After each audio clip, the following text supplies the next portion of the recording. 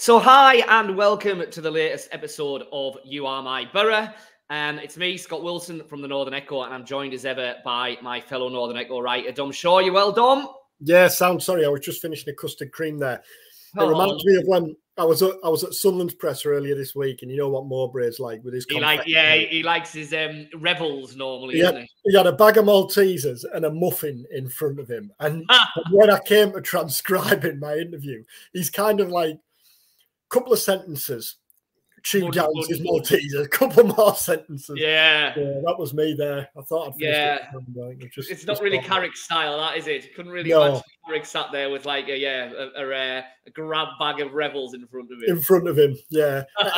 Mowbray was saying this week, he cracked open a bag of minstrels the day earlier and thought, I'll only have a few. And before he knows it, he's wolfed the full family bag down. He's not in bad shape though, to be fair, is it? He's he's still fairly light when you see him out on the training pitch. The pictures of him with them.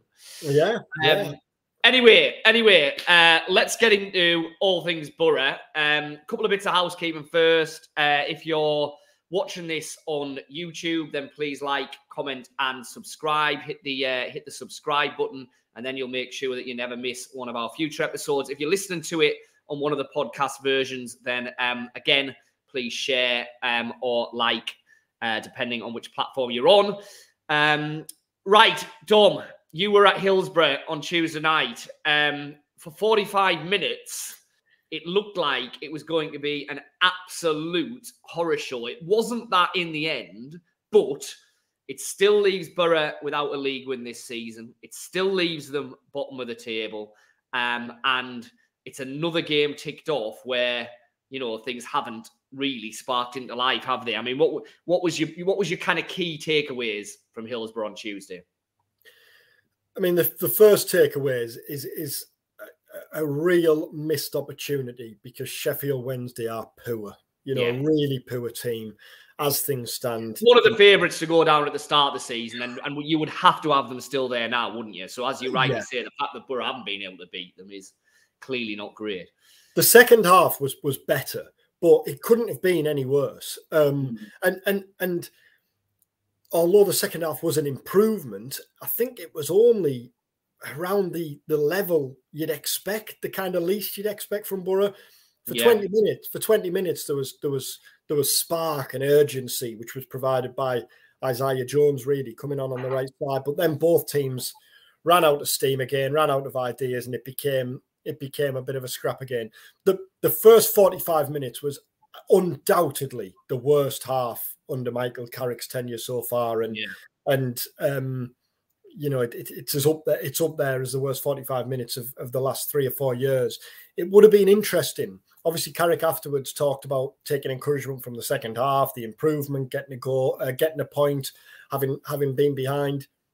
It would have been interesting had Boro performed the same in the second half as they did in the first, as to whether his tone changed slightly, because that would have been hard to come out and defend, and I don't think the fans would have accepted coming out. And Carrick again at his press conference today talked about the effort, and you can't fault the effort and the application of his lads. Nobody is questioning the effort of Boro players.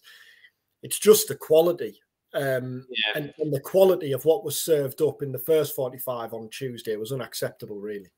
We'll get into kind of where we think it's going wrong, what might potentially improve it, etc. in a minute. But I mean, just on the Carrick thing. I mean, I don't think there's any Boro fans suggesting that Carrick's position should be under threat at the moment. And certainly we're not hearing that it is or anything like that. But I do get the sense from the Boro fans that I kind of speak to and knock about with that there is a growing sense of frustration at pretty much what you've alluded to, that, post-match, pre-match, whatever, everything in the garden's still rosy, everything's going to turn out all right, upbeat, things, we've got to take the positives, there's an awful lot that I like about the performances, etc., etc., etc. There surely comes a point where that has to change, doesn't there? Because aren't we now at the point where, for all that you can take positives, whatever, if results don't start improving soon, then that's just not going to wash, is it? And like you say, there's not many things that fans like dislike more rather than thinking that a manager is seeing a different game entirely to the one they're watching. I think there's a balance there for Carrick, because we know, we've talked about it at length, haven't we, through transfers, through wins and defeats. We know that publicly Carrick is going to defend his players to the hilt, isn't he? Yeah. That's not going to change. If that was going to change, it would have changed before now, wouldn't it? If Carrick was going into self-defense mode, then that would have happened before now. So I think there has to be an acceptance that what Carrick says to us and what Carrick says in interviews and what Carrick says publicly isn't necessarily always going to tally with exactly what's been said before. What's going on behind closed doors. Said, like you say, that there's also a point where fans need really... Fans know what they see. Fans know that that first half at Hillsborough on Tuesday night was unacceptable. And if that hadn't have improved and Carrick had come out and talked about taking encouragement, then fans are going to find that hard to stomach, aren't they? So I think that's where Carrick has to be slightly cautious, really. You know, he talked today again and at length at his press conference about the fact he has 100% belief in his players, which again isn't going to change. But he also said that, you know, he's seen a lot of good, and in most games, in parts, Boro have been good, and they should have got more wins. And yet, I look back at the start of the season and think, really, the only truly encouraging performance so far was probably that Huddersfield Town game in the league. I think the cup games have been bright, Huddersfield and Bolton, but on the whole, and I wrote this after Tuesday's game, I don't think there's any doubt of the fact that there's more to concern Carrick at the minute than to please him. And I think fans just want to know that the manager gets that, don't they? And like you say, Michael Carrick's not stupid. You know, he's been around the game for long enough. Deep down, he will know what isn't acceptable, and what, you know, what actually there is there to build on, and what is a worry. And I'm totally with you. I think behind closed doors, there'll be some soul searching going on that he's not wanting to do in public. But I also think that there comes a time when you've got to play the game a little bit, and you know, just make the fans see that you understand what they're going through, and that, look, you know, no, this isn't good enough. Now, obviously, you know, the big hope is that we won't get to that situation on Saturday, and that Boro will be turning a much improved performance. They'll beat Southampton, and everyone can go home with a smile on their face. I think we're at the stage now, though, that if it doesn't go to plan, there has to be a change of narrative, because it you know, like you say, clinging on to 10 minutes in a game here and 15 minutes in a game there and coulda, shoulda, wouldas, it can't go on forever, can it? No, and Boro, you know, we touched on this last week, didn't we? You look at Boro's games that they've had: Sheffield Wednesday away, QPR at home, Huddersfield at home, Coventry before they had their house in order. On paper, they could have had a much tougher start. Yeah. Chances have come and gone. I think Southampton's going to be an interesting one, because they're under pressure for different reasons, aren't they? They've lost 3 in a row. They can't defend. They've conceded 10 goals in the last 3 games. The pressure's clearly on Russell Martin there when you look at their squad. And I think it'll be an interest. You're there on Saturday, obviously, and I think it's going to be an interesting one, because Southampton are going to have a lot of the ball. That's the way they play, aren't they? They're going to dominate possession. And, you know, fans will clearly go and stick with Boro. But if after 20 minutes, half an hour, Southampton are kind of passing it round them and dominating possession, and that little bit of frustration sets in, I think the first goal is more important than ever. And it's Boro haven't led for a second this season. Boro have never been in front in a game this season. Amazing statistic, isn't it? Where are we now at the end of September? In the most simplistic terms possible, the hope is just getting in front. Yeah. Provide such a boost. Might change things, yeah. Especially in a home game. And if that can come on Saturday, then, you know, it might be the type of game where maybe the expectation isn't as much for you to beat a team like Southampton, the favourites. It might be a type of game that actually plays into Boro's favour, but we'll see. It feels like an important game, but then we've said that for the last 2 or 3 weeks. We have. So, you know, in terms of, you know, the big question, where's it going wrong? Where's it gone wrong? I mean, clearly one narrative is, well, the new signings thus far haven't worked. They haven't been good enough. Now, there's a massive caveat here. These are, you know, predominantly young lads.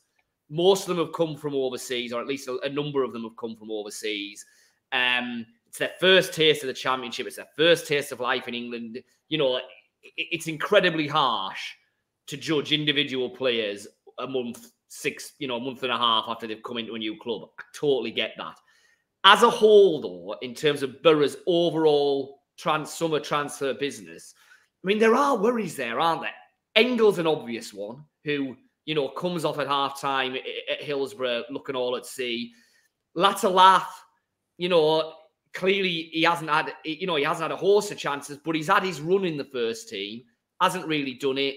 All of a sudden, Josh Coburn, who looked like he was going to be out the door, and heading anywhere kind of on loan at the end of last month, he's back in leading the line because Latterlath's out of the firing line. Admittedly, O'Brien and Greenwood came in very, very late, so we haven't really had a chance to see them yet. Dieng's probably the one who you can't really put much of a kind of black mark against. But in terms of their business as a whole, you'd be struggling to give it high marks at the moment, wouldn't you? Yeah, I think it's clearly far, far too early to say these players aren't good enough and these players aren't good.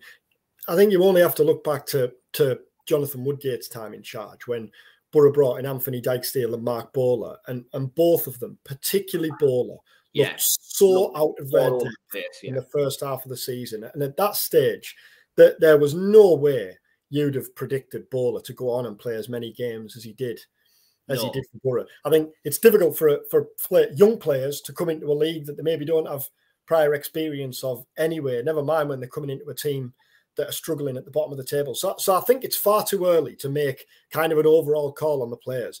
But what I would say is I don't think they look ready to be kind of first team players so far. And the problem they have is not only are they coming in and going straight into the team, the likes of Engel and Morgan Rogers, who've played a fair bit, and Sammy Silvera, who I thought really struggled on Tuesday night.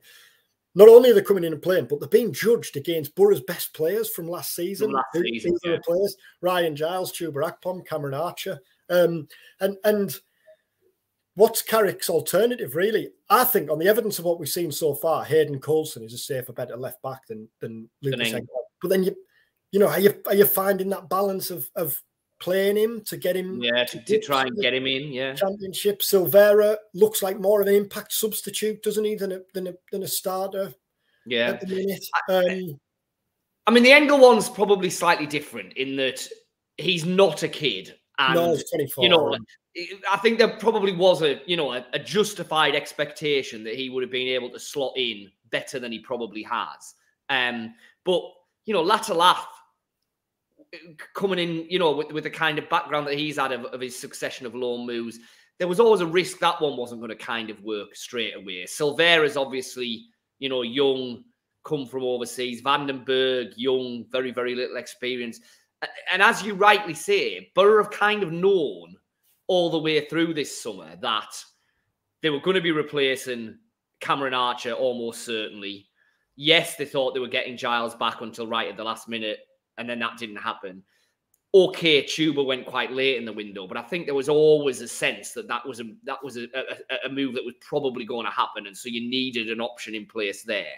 I mean, you know, was signing so many young players always going to be a risk when you were losing, as you've rightly said, arguably your three best players from last season? Yeah, interestingly, because you were never just signing. Sorry, you were never just going to be signing squad players, were you? But we're always in a position this summer where they were going to need to sign players that could go into the first team. Yeah, and I think the fact that, you know, Lewis O'Brien and Sam Greenwood both arrived on loan in the last couple of days of the window, while I think both have the potential to become good signings, especially O'Brien. You know, I think the fact that Boro did that in the late stages of the window, having stressed really that they weren't going to prioritise the loan market, shows that Boro knew they were short of a couple of those more senior players. Although I know Greenwood isn't senior in terms of age, but he has that bit more English game experience, doesn't he? Yeah. It was interesting because Carrick was asked today. I asked him at his press conference, what do you think the reasons are for Boro's slow start? And kind of didn't really answer it, said there are many reasons, but said it can quickly tilt. You know, there's incidents in games that have maybe gone against us. But then he was asked separately about the players who left in at the end of the season. And he was keen to stress that he doesn't think that you can purely hang it on that. Keen to stress, you know, he pointed out that Boro's form had dipped off at the end of last season, even when those players were here. Yeah, which is a fair point. Although I guess part of the argument for that would be that because he made the decision to change players and rest players and change the team about in those last few games, and then the hangover kind of carried into playoffs, if you like. But I take your point. I mean, in terms of, you know, for me, I think one of the key issues with this Boro side, and we've talked about it on previous pods, and I've worried about it all summer, really, is goals. Yeah. And I feel like we do an awful lot of this on this video, and I don't want to constantly compare Boro to Sunderland because it's a bit unfair. You know, they're different clubs, they've got different issues, they're at different stages of their development, etc. But the reality is we cover both of them, so we see an awful lot of both of them. And there were two clubs that both finished in the playoffs last season, both have done a fair bit of summer surgery. I look at that Sunderland team, and they don't really have a natural centre forward still. They didn't sign a direct placement with Ross Stewart. But for me, it doesn't really matter because Jack Clark will get double figures of goals. Patrick Roberts will get double figures of goals. Joe Bellingham, who they've signed, looks like he'll get double figures of goals. Pierre Ekwe, the central midfielder who they plucked out of West Ham's academy, is injured at the minute. But if he stays fit over the course of the season, I could see getting into double figures. Dan Neil, I could potentially see getting... I can name you 5 midfielders there who maybe are going to chip in with 10 goals each. So if your striker's only scoring 6, 7, 8, it doesn't really matter because you're nearly at 70 goals a season as a team anyway. The key worry I have with Boro is that if Latalath or Coburn doesn't score 15, 20 goals, how many of the rest of the Boro team are going to score double figures? McGree, maybe. Hackney, maybe. Force, maybe. But I wouldn't be hugely confident about any of them. And beyond that, I think you're really struggling. So if Boro don't have a regular scoring centre forward, and at the moment they don't, that's a worry for me because I don't see goals in the rest of the team in the way that I do at, say, a Sunderland. Yeah, agreed. And you know, you look at Lath, clearly he's coming in as the centre forward. And for all I think there's been encouraging signs from him. His record tells you that he's not prolific. He's not going to be prolific. And I think we've seen from the chances he's missed in the first few weeks that's going to be the case as well. You are heavily relying on players like Crooks and Jones and Force and McGree to all chip in. But like you say, you know, if you look at their past, yeah, Crooks has a good record. Force did well last year. But Jones, really, you'd look at Jones and say, well, he needs to add more goals to his game. You'd say the same of McGree. Hackney talked about that in the summer. Howson doesn't score goals. We haven't seen enough of Greenwood yet to know what he's going to do. And I think the other thing on that is, and I know we're going to talk about this, there was 5 changes on Tuesday night. I think there was 4 changes the game before that. Carrick is still clearly trying to find a winning formula. And whereas last year, you knew what the front 4, or at least 3 of the front 4 was going to be. Sitting here now, I could say with no confidence whatsoever what I think the front 4 is going to be on Saturday, which tells you in itself, really, that none of them are undroppable. None of them are saying to Carrick, look, I have to play. Yeah. Well, we normally put a predicted lineup across the bottom, and I bottled it today, and we've gone with Boro's next 5 games simply for that reason, that it feels a little bit. Listen, we probably have a pretty decent guess at what the back 4 is, although he was going to start at left back is a burning issue. But you're right. Further up the field, it does feel at the minute like it's really, really hard to second guess him, primarily for the reason you've outlined, that there's nobody that on their performances so far this season you would say has to start. Hackney probably. But and that tells a story, doesn't it? That in terms of who plays where, but just in terms of whether they're in the team or not. Latalath, Coburn, McGree, Force, Silvera, Where does O'Brien fit in? Where does Greenwood fit in? We just don't know at the minute, do we? And that's, you know, and that's not a great position to be in. No, and, you know, you listed them there, but if you're going to go through them, you know, I think Boro look a better team when McGree's in the team. And I thought when he was replaced in the second half at Sheffield Wednesday on Tuesday, Boro lost some of the momentum that they had at the time. You would expect him to start on Saturday, but I might be wrong. But then if you go through the others, Crooks, 2 games in the number 10, hasn't really made a claim to stay there, so you'd expect him to come out. But does he try Greenwood there, or does he bring Rodgers back in after a few weeks out? Force looks like he's injured, so he's likely to miss out. So you would think Jones is going to come in on the right. Jones will probably start down the right. After he made an impact on Tuesday. But then when he has started games, he hasn't had the same impact as when he's... Well, that's a fair point, that really since he came back into the team towards the back end of last season, all his best performances have been, like you say, really 20-minute cameos off the bench as opposed to starting for 90 minutes. You know, Boro could really do with him putting in a 90-minute display, couldn't they? And Coburn...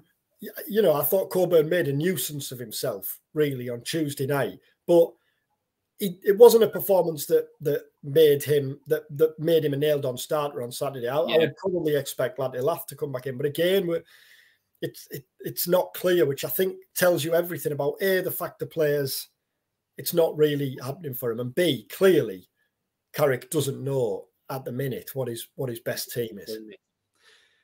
I mean, formation-wise... Are we at a point where we need to see something more fundamental change and just a little bit of tinkering here and there? For example, 3 centre-halves and wing-backs, or Latte-Lath and Coburn up front as a genuine 2. I mean, you know, both of them are things that Carrick has not really done at any stage, and I suspect is not going to. But, you know, are we heading towards a point where we're going to have to start thinking outside the box a bit? Well, there was a question today, I'm going to find it here, where he was talked about, where he was asked about whether the kind of team needs to evolve, really, whether the team needs to change. And he said, I don't think different, because it'd be kind of, you know, a different team. I don't think different, or there's a little bit about getting the foundations in and building that base and finding the confidence to build on. So I think there's no suggestion that Carrick believes that kind of a real major structural change is going to happen. You know, we talked about it with O'Brien, didn't we? When O'Brien comes in, is that itself to a midfield 3, and yet he opted to choose to start him again rather than Howson. So I don't think I'd be surprised. I think if we saw that. I think Carrick's talking a lot. He did again today. He's talking a lot about confidence, and it will be interesting as kind of alluded to earlier, the fact Boro haven't led in a game. It will be interesting when the first win comes to see what impact that has. Actually make, whether Boro do kick on, whether, you know, that is a bit of a springboard, not necessarily to go on a run like they did last year. I don't think anybody's thinking about that. It's just kind of the short term, but whether it just gives them a lift and maybe a bit more belief in what they're doing, because I think in the first half on Tuesday night, there was no conviction. There was no understanding between the front 4. There was no conviction, especially going forward, until Jones came on and added that bit of urgency. What are we expecting from Southampton then? Because you were obviously at the game that they played at Sunderland earlier in the month when they got absolutely, well, I say they got taken to the cleaners 5-0, and they did, although there were actually spells in that game where they were in it, wasn't there? Probably 5-0 was a bit harsh on them. It was one of them kind of when pretty much everything Sunderland hit found the net. But even so, they did get walloped 5-0. Having previously before that started the season pretty well and looked like you thought they were going to look, which is a team largely comprised of Premier League players from last season. On paper, you know, they look pretty much as good as there is in the league. They haven't quite hit that kind of form yet. I mean, attacking, when we were at that Sunderland game, Mowbray said afterwards that he got to the ground and was sat reading the match programme and was looking through Southampton's team list and thinking... While dipping into a packet of Revels. Yeah. And looking at Southampton's team list and thinking, Christ almighty. And you know, Shea Adams up front, Adam Armstrong, they've got Ross Stewart to come in. They've got talent everywhere you look, haven't they? And yet they conceded 4 goals at home to Norwich. They were chaotic against Sunderland. And then I watched them against Leicester on the Friday night. And it was the same there. Yeah. They've conceded 10 goals in the last 3 games. They clearly can't defend at the minute. The problem Boro have is Boro can't really attack at the minute. Yeah. So it's yeah. But if you get up, you would imagine that even with that, Southampton look like they can only really play one way. They're going to come and, like you say, get on the front foot, look to take the game to Boro. And if they leave themselves wide open at the back, so be it. But their strengths are at the other end of the pitch. Now, like you say, you know, in an ideal scenario, that plays in the hands of a home team because they can pick them off in the final third. They'll get more space than they've, you know, certainly been getting in away matches, etc., etc. Can Boro take advantage of that is the big question. Do they have the players who can actually make that count in the final third? That's going to be the interesting thing at the weekend, I think. Yeah, because Sunderland scored from a counter-attack after, I can't remember, after how it was seconds, wasn't it, in that game? Yeah. And Southampton had actually won a corner after 10 seconds or something like that. Yeah. And yet, you know, committed, were hit on the counter and just never recovered. They were chaotic defensively. It feels like a big game for Russell Martin already, doesn't it? Because there was clearly an expectation at Southampton, and yet we're maybe already seeing signs. There's teams every year where you kind of don't take into effect just how much of an impact that relegation hangover has. You know, Boro those years back, Stoke City. There's teams every year in the Norwich and Watford last year. So yeah, it feels like a big game for both teams, obviously. And then you know, if you can get a result there, you then go to Bradford in the cup, which is an opportunity for a win, clearly. And suddenly, you know, I know this isn't hung on the evidence of what we saw on Tuesday night, but the mood and the narrative can so quickly change, can't it? Yeah. That's what needs to happen, isn't it? Yeah, it is. Yeah, it is. I mean, it feels like a bigger game, I think, on Saturday, just because Boro are back at home. Yeah. You know, you'll see what they can actually do at the Riverside, and then you'll also get the reaction of the home crowd to that, which, you know, is always the key driver in the kind of wider narrative of the mood around the football club, isn't it? You know, what is going to be the reaction of that home crowd? And I think, you know, like you say, I think it'll be massively supportive from the off, and I think it'll be even massively supportive if Boro, you know, do go behind and are trying to battle their way back into it. But I think there's a sense that, you know, if this is another game that really doesn't go to plan, then there needs to be an acknowledgement that, look, at some point, something's got to fundamentally change here because, you know, at the moment, the games are just ticking by, aren't they? And not only are the results not coming, but the performances aren't really improving either. I mean, how are you feeling ahead of it? How confident would you be? I mean, I guess I haven't watched the first half at Sheffield Wednesday, not very, but maybe after the second, a little bit better. Yeah. I thought Boro would win at Blackburn, and I was certain Boro would win at Sheffield Wednesday. But Boro defensively, there's issues defensively, isn't there? And I just worry for all Southampton clearly have their own glaring issues at the back.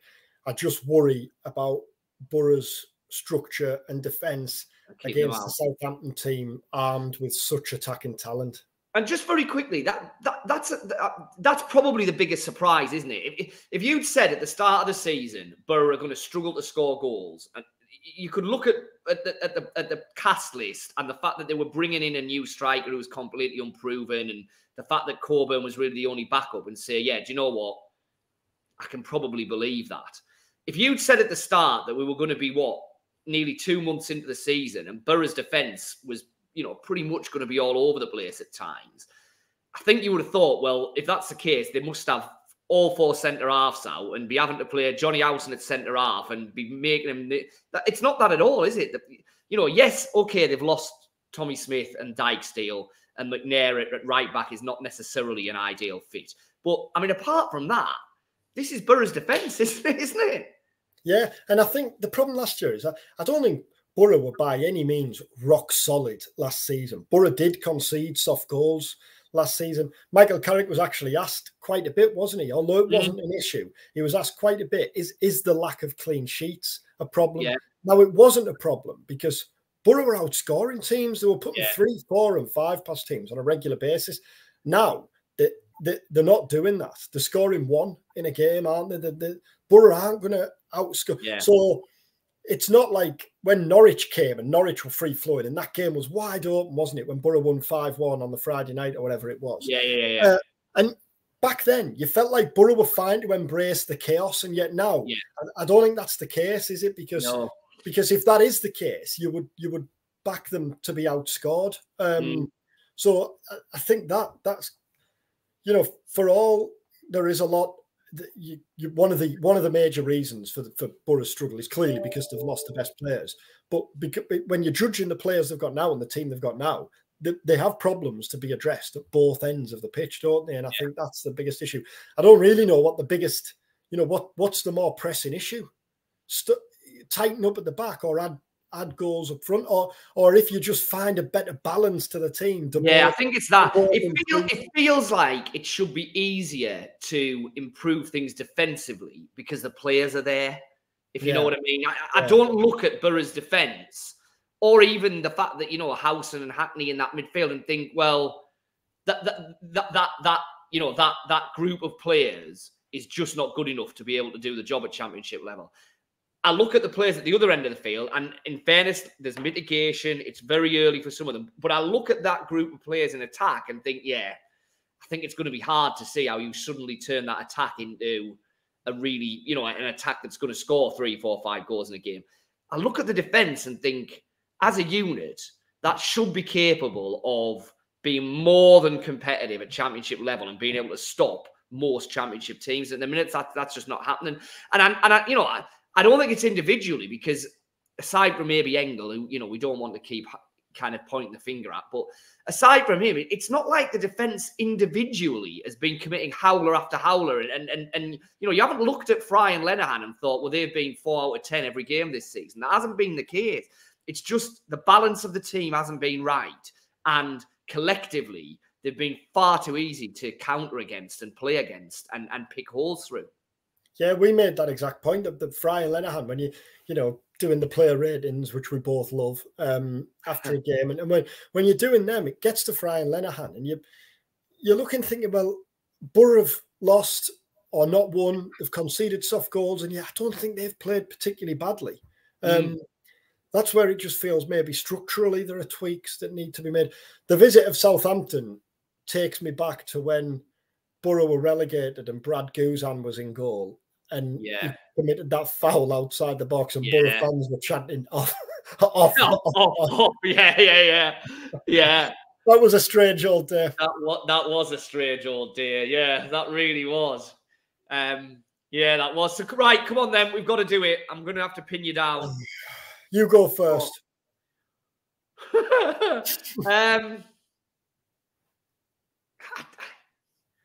2-2. 2-2. And I say that because I don't think Boro will win. They really need to, but it's not a game that I go into thinking Boro, are kind of nailed on to win this. I think it'll be fair. I think it'll be open. I think it'll be open because that's how Southampton play. And I think the Boro's crowd will almost kind of demand that Boro get on the front foot here and give this a real go. So I think it'll be open. I think Boro will create more chances than they have been doing, simply by dint of the fact that Southampton will be committing so many men forward that I can see it being a bit of a basketball to and fro game. So, yeah, I think for all that, as we've said, Boro do struggle to score goals and still look like they're going to struggle to score goals. I think this might be one where they do get chances. So I'll go 2-2. Yeah, you've talked me into a 1-1. My head was nudging towards 2-1 Southampton. Yeah, I do think Boro will score because of what we discussed about Southampton's defence. And I agree with you that I think there'll be a real push for Boro to get on the front foot. For all fans clearly are frustrated, you know, that the home supporters aren't going to be going there on Saturday to get on Boro. No. I think exactly. There'll be a real show of support, and I do think that'll press Boro on. If Boro can get the first goal, I think they'll win. My fear is if they don't, if Southampton get their noses in front. Where does that go then? Yeah. So I'll go 1-1. Well, that's great Spence sitting, isn't it? That's wonderful for both of us. Yeah, well, listen, we shall see. We shall see. And we will see with you at the start of next week. So thanks very much for watching. As I say, like, comment, subscribe, send us in any of your thoughts. We love hearing them. We love reading them. We will endeavour to read more of them out on the show, to be honest. I keep forgetting to do that, but we will do that next time.